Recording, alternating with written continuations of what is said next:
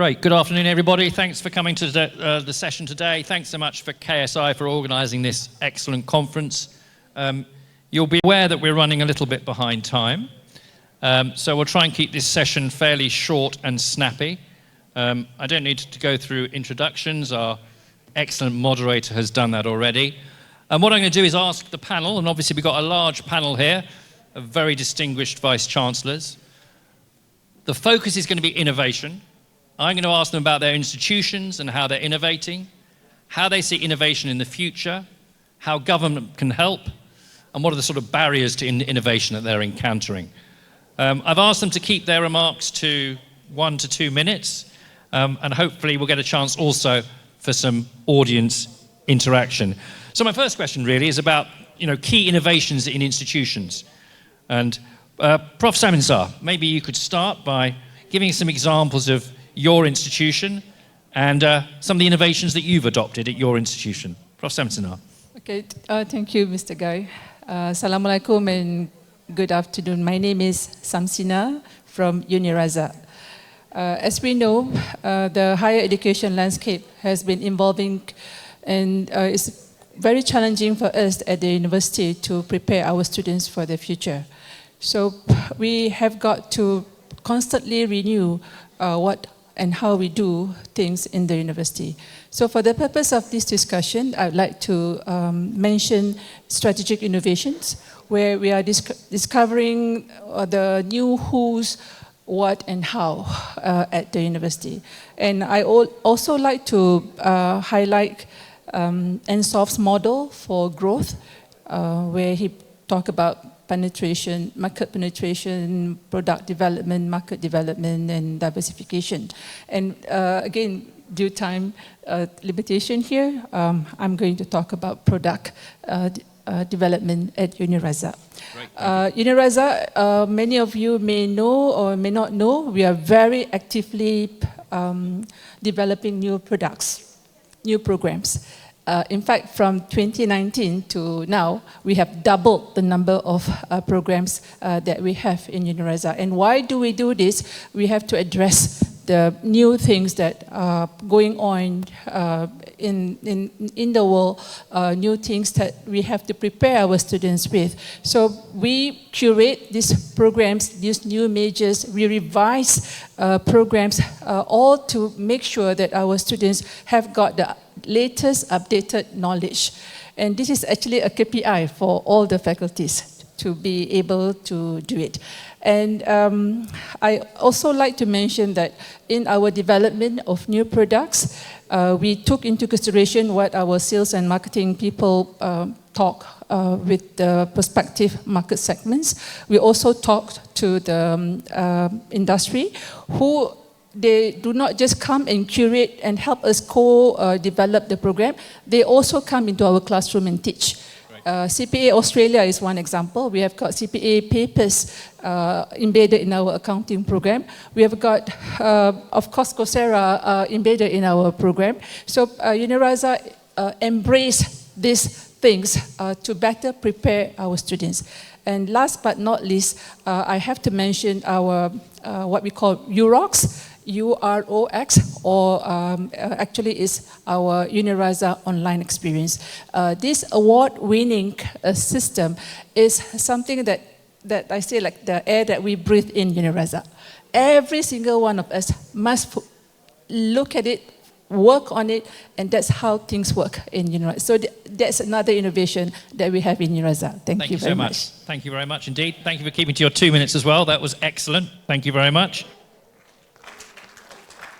Prof. Pritchard, over to you. The same question, and tell us a bit of background. Obviously, you're a relatively new institution. Prof. Pritchard, sorry, yeah. Innovations at your institution. Prof. Pritchard. Thank you, Guy. I guess innovation, one key element of innovation is creativity. Creativity is something that comes easy to us because Raffles started as a design school in Singapore in 1991. So creativity is something that's in our blood. The challenge for me at Raffles University down in Johor is how to spread that creativity through innovation into other faculties. And I guess the tip that I can share with other institutions is the secret lies in breaking down the silos between faculties.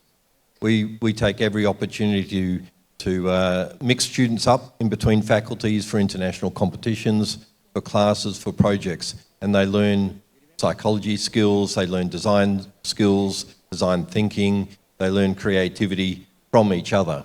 And that's one, I guess, takeaway that you can think about for your own institution. Some of the innovation as a result that has come out of one of our faculties in particular is our Faculty of AI and Robotics, where we have commercialised a product called My AI Lecturer. We believe it's the first Gen AI virtual lecturer that creates content, delivers class, sets homework, marks homework, gives feedback. We think it's the first one in the world. We're currently developing the first degree, a Bachelor of Data Science, that will be delivered entirely by AI. And we believe this will be the first degree in the world that will happen right here in Malaysia, given that we get government approval, of course. Thank you. Very good, thank you very much. That's an excellent innovation. Sorry to move on so quickly. Prof Wynne, you're down there, sorry. If you can pass the microphone over to Prof Wynne. An innovation at your institution. You've obviously just recently joined Taylor's as well. I have, thank you. Thank you very much. Thank you for the invitation. One of the innovations that Taylor's introduced about 18 months ago was to adopt purpose-driven learning and establish impact labs. So we have 11 impact labs which all align to the UN Strategic Development Goals. And we link in research all the way through to community engagement. So, for example, one of the labs is around education and poverty. And we had a project called Bacha Bacha, hope I got that right, which was aimed at children from poor socioeconomic groups who, when they get to school, they fall behind. If they begin to fall behind, they never catch up by the time they leave school. So our education faculty and some of the other social science people got involved, our students got involved in through the curriculum. It was part of action learning, and they went out and they give support to these children and families. And the outcomes were extremely good. So there's a research component to it, there's a curriculum component, and there's a community engagement. So this is an example of where there's a local issue, but it has global reach. Children falling behind is true in every major city. I live my family home is just outside Glasgow.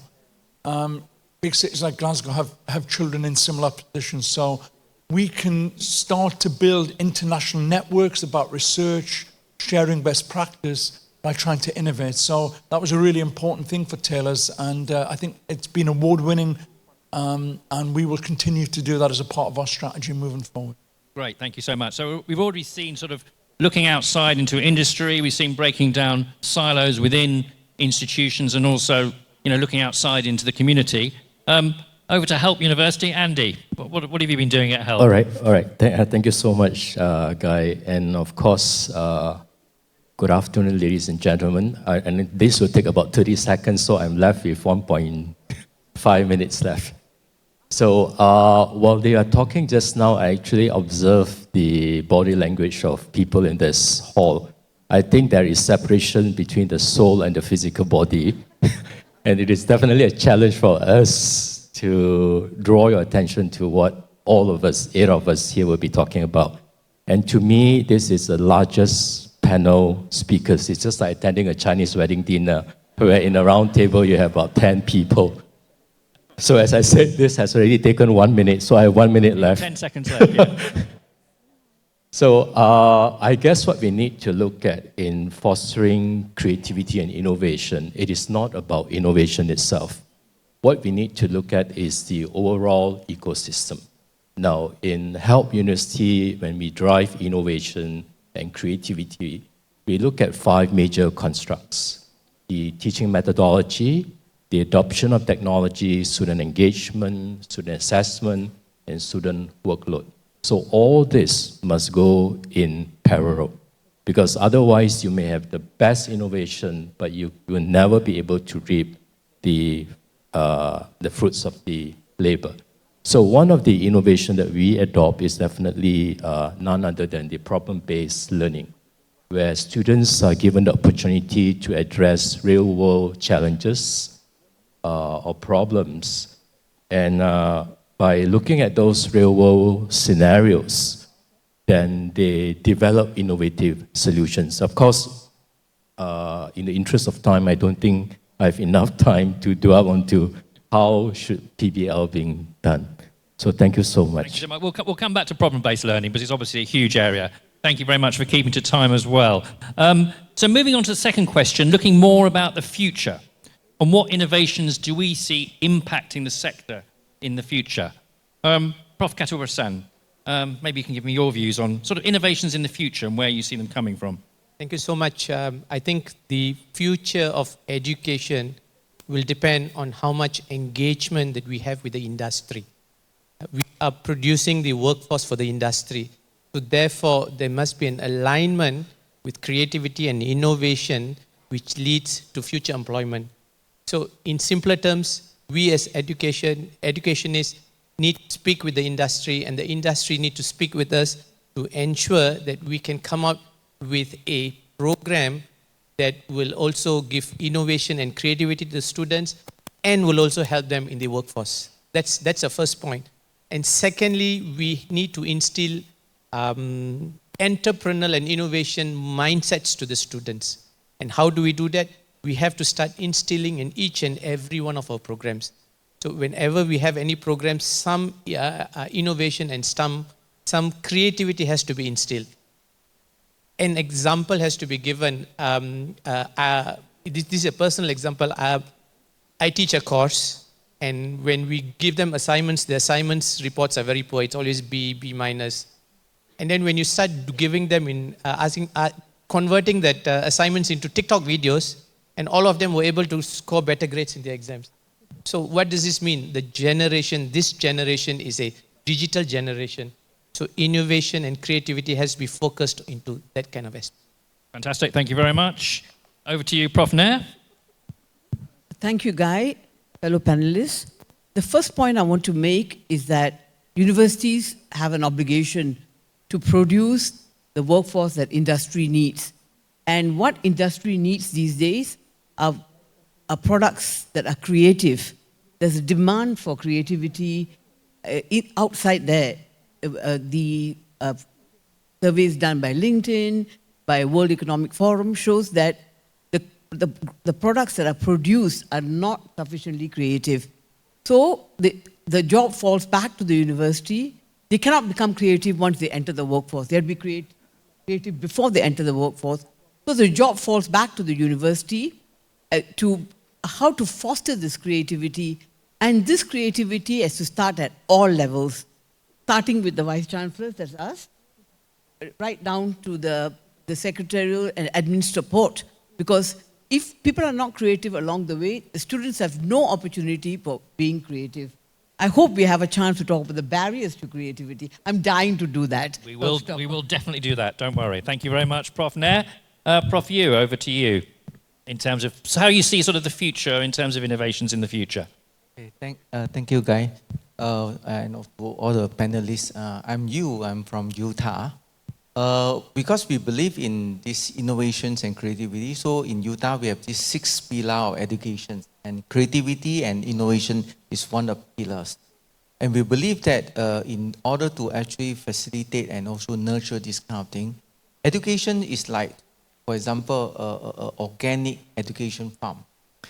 We in the university, we need to provide the environment, atmospheres, policies and all that, so that we can nurture all those talents in creativity and all that. And in order for them to actually come up with innovations, creativity and all that, their quest for knowledge, their interest in knowing more about this one, and also the quality education that provide them with the good fundamentals, so that with all this base, then they will be able to come up with innovative solutions and suggestions and inventions and all that. And if we couple this one together with the industry, collaboration with industry, then you can see all this will actually facilitate more and more innovation and creativity. So I believe that in future, as we don't know what will happen in next 5 years, 10 years at a time, but it's important to develop that capability, that quest for knowledge, that curiosity, so that continue, they are willing to learn new things, they are willing to come up with new solutions, with innovations and creativity. Thank you. Great, thank you very much. And a couple of you already mentioned that sort of collaboration with industry, and maybe later we'll perhaps look at the barriers. Why aren't institutions partnering more with industry? Prof. Bibi, over to you in terms of sort of innovation in the future. You have a microphone. Excellent. Over to you. Thank you. Bismillahirrahmanirrahim. Assalamualaikum and good afternoon, everyone. Let me give an example of what we are doing in Lincoln University College and how we plan. Actually, we realized that in order to stay above the curve, we so-called, so we need to commit ourselves to equip the student with the skill that they need in the ever-changing landscape, because change is very dynamic, and we need to prepare all these things. So our approach is actually multifaceted, and then we provide a supportive environment, and we need to continue to do that, especially with mentor-mentee, where curiosity thrives and students are encouraged actually to think critically and creatively. And of course, we need to do interdisciplinary collaborations and hands-on experience, which we empower our students to tackle challenges and seize opportunities. And beside that, we need to also understand the importance of strategic thinking in driving innovation forward. So that is why we emphasize on strategic planning and foresighting, and also equipping our students with the ability to anticipate trends and navigate uncertainty and confidence. Because as we heard this morning, students sometimes they are seen but not heard. They are not assertive, they cannot speak and things like that. So we need to train on that. And of course, we need to focus on emerging technologies like AI and of course the digital technology. And this morning it was mentioned that we are talking about drone application. So actually, we are now looking at a curriculum, the curriculum where we can change at least 30%, that is about 1 year, to go according to the trend now. And without forgetting, of course, the entrepreneurship, which we are also introducing to the student. Yeah, and last point, please. Yeah, last point. Okay, 2 minutes. Make your last Okay, point. thank you.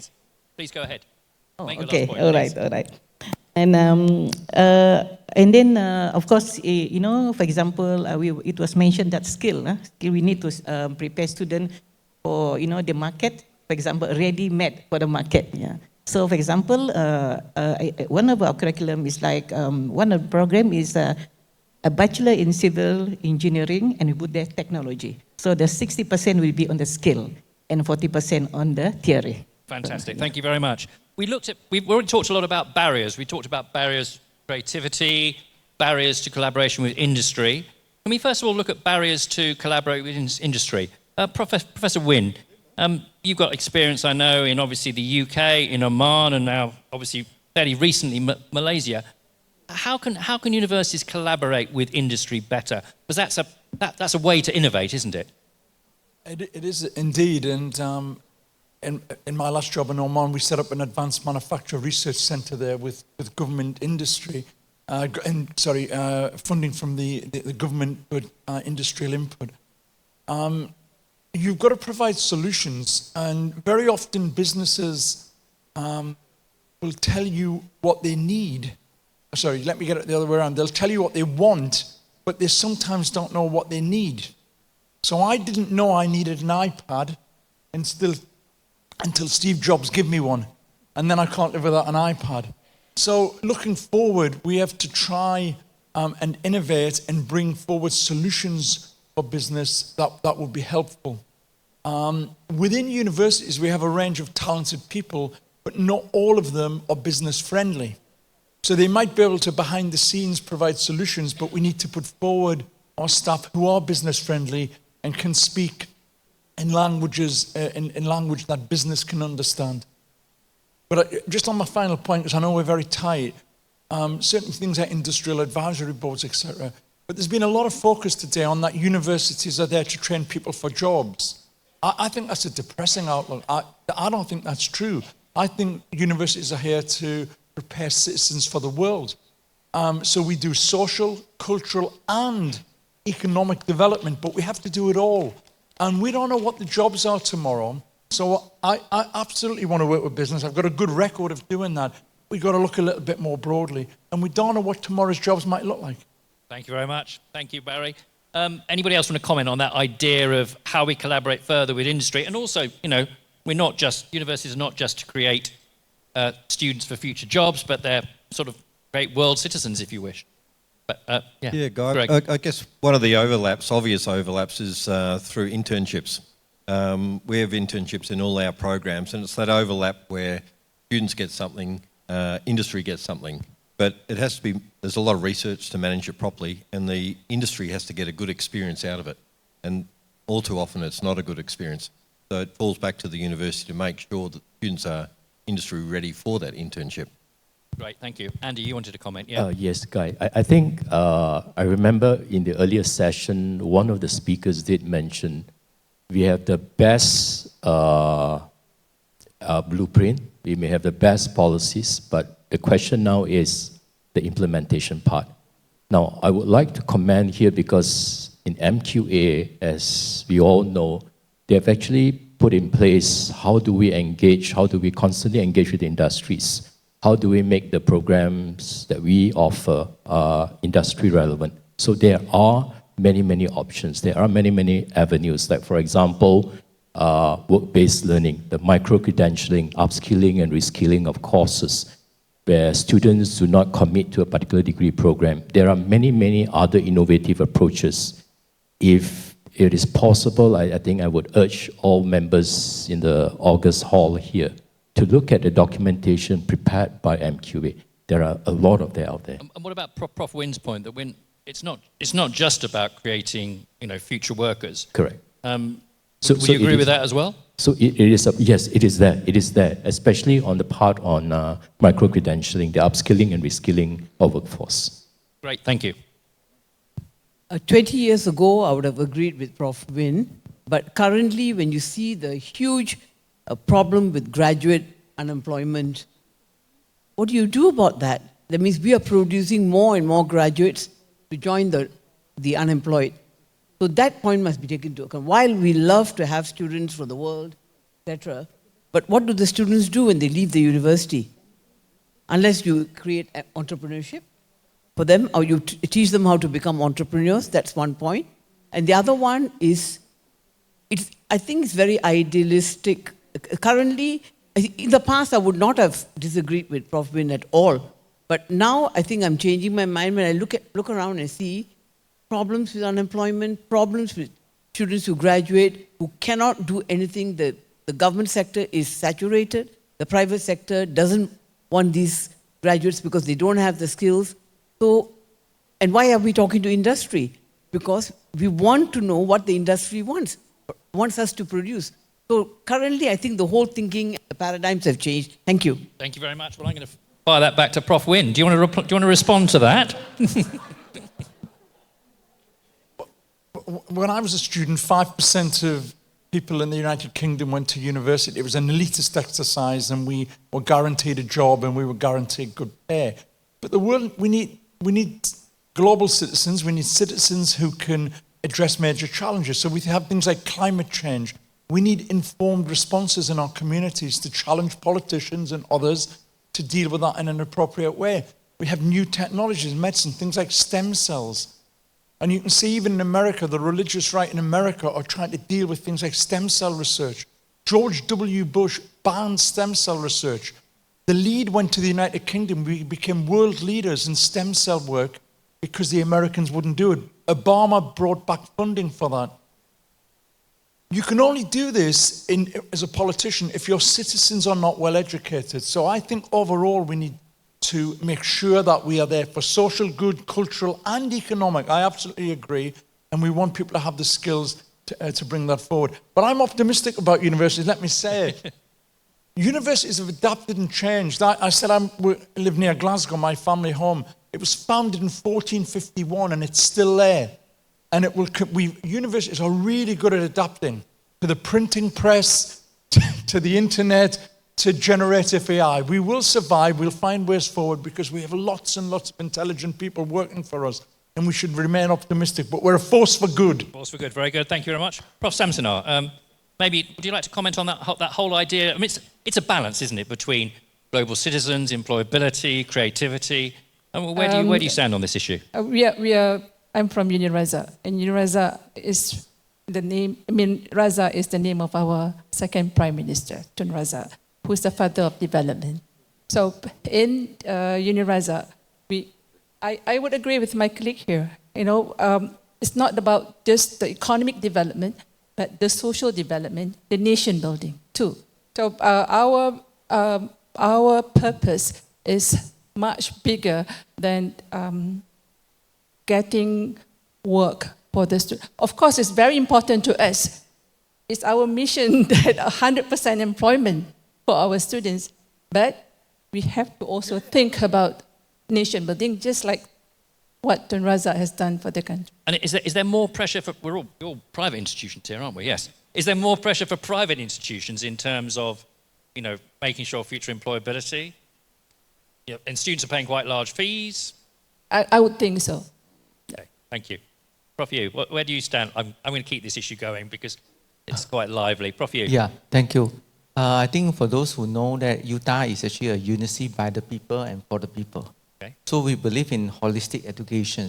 While we think that besides actually providing our students so that they have high employability, it is very important for them to actually be able to contribute to the society and all that. That's why in our educations, in addition to our quality curriculum, we also provide them with soft skill development program, and we also have Utah Care program where we encourage all our students to go and actually service the community, becoming volunteers and be involved in SDG projects and all that. So we believe that in handling the future challenges, we need actually students who are able to actually not just performing the job, but also know that what is their mission, how they can contribute back to the society. Thank you. Prof. Katarasan. Thanks, Prof. Yu. I think that's the reason why we are here. We need to marry between employability and adaptability. So I think this is the cause of the university. This is the future direction. I agree with what Prof. Win was mentioning just now, that we don't know what the future holds for us. But then again, it's our job to instill the adaptability skills to ensure that they are employed. Because eventually, students are joining universities, joining education, not to get social skills, but to get themselves employed. So employability would be an important key, but we as the educators need to understand the need of adaptability so that you fulfill the missions of the employment section as well as the needs for the nation. Thank you very much. Andy, what can governments do to help innovation? Just get out of the way, or what's their key role? I guess if you want to talk about the government, of course, there are various aspects that we could look at. Maybe just focus on one. Just one, of course, the funding and grants. The funding and grants. So this is where the government can provide financial support, grants, and incentives for universities to pursue innovative projects. And the other thing is that we need to promote what we call experiential learning opportunities. So which means our students, when they conduct research, internship, community projects, this is where they will resolve real-world problems by infusing or adopting the theoretical and competencies that they have acquired through the knowledge from the classes. Great, thank you very much. Prof. Pritchard, you mentioned about creating this AI lecturer, AI course.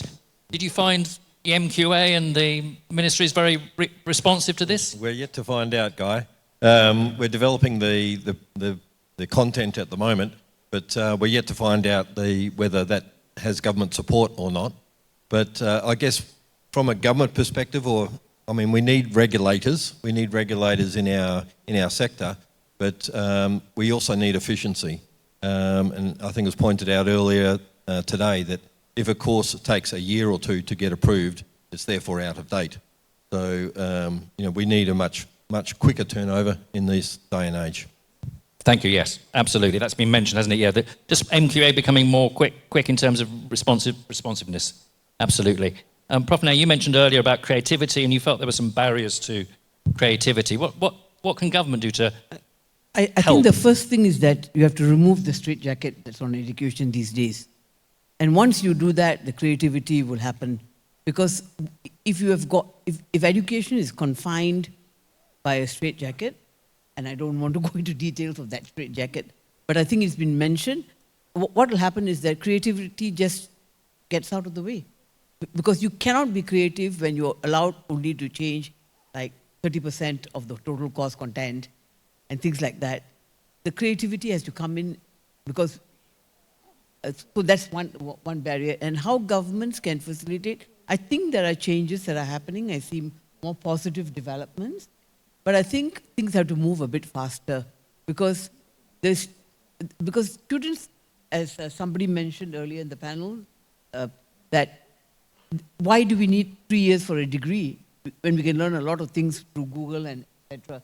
So if you are going to shorten the degree program, we have to work fast because otherwise students are not interested in going to the university. Malaysia is facing a problem, and I think many countries are facing a problem where the young do not want to go to university because they don't see it as... They're questioning the value. They're questioning the value of the university. And if we want to remain relevant as a university, there are many things that we need to do, but we cannot be too constrained. Fantastic. Thank you very much. Prof. Bibi, any comments from you on sort of...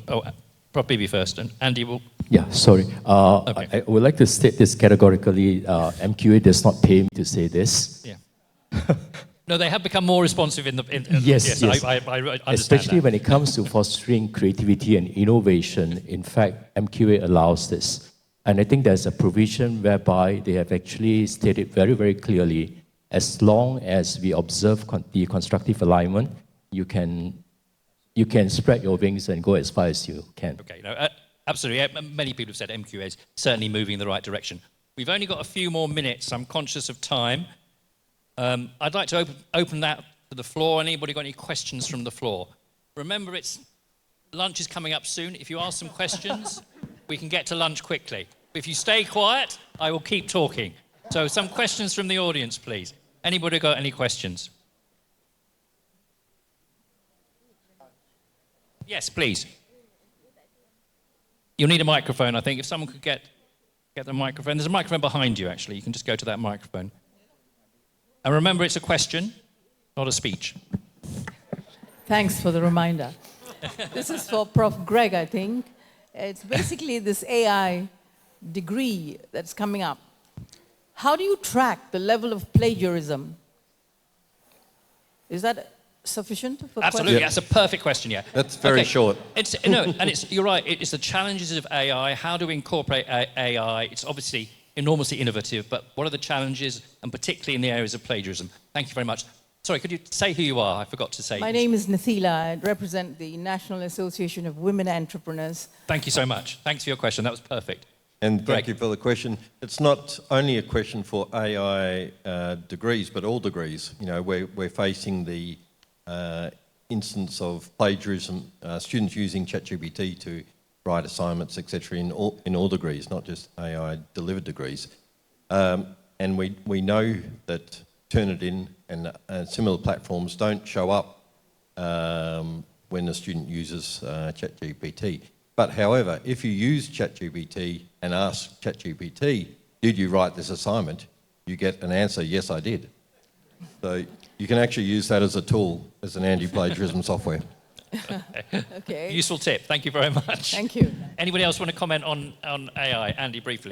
It is not so much on AI, but tagging on to what my colleague has mentioned on the Turnitin. Now, we all have been inundated with this anti-plagiarism or plagiarism software called Turnitin. Turnitin, to me, actually is actually a text matching kind of tool. All right. So, to us in Help University, it is actually the responsibility of the teachers, the cikgu, the guru, to discern whether it is actually a detection of plagiarism or is actually accidental kind of matching. So I think at the end of the day, it is the responsibility and the onus of the teachers to discern that. Prof. Bibi, any comments on the sort of role of AI? I do agree with him on that one. The responsibilities of the teachers. Fantastic. Okay. Any more questions from the audience? One more question from the audience, please, and then I know you all want to go to lunch, so one more question, please.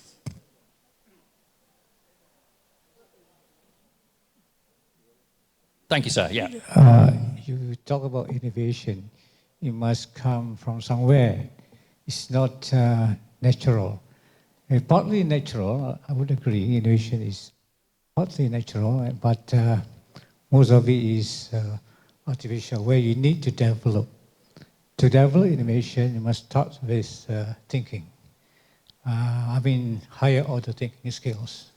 So what I suggest, if universities wants to produce students with innovative mind, universities must move forward, not just working on one size fits all. You depends on PBLs is just one aspect of pedagogy. Research done and nowadays on pedagogy, it doesn't so much depends on one size fits all. There are parts of the topics or courses who work on PBL.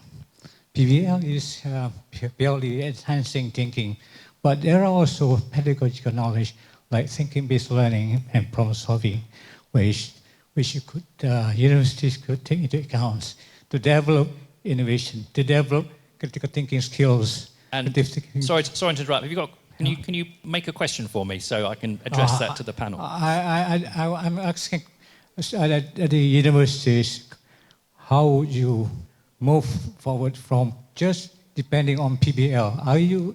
Are the universities, private or IPTA or public universities, working on something that could help students to become thinkers, not purely depending on just one pedagogical knowledge? Thank you. Thank you very much. Great. Anybody want to address that question in terms of institutions moving forward?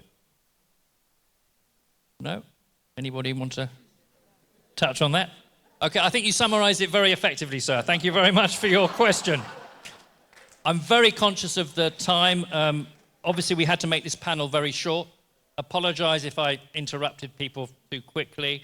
We had a large panel, but I will let everybody speak for 30 seconds each to finish off. Any kind of closing remarks you might like to make?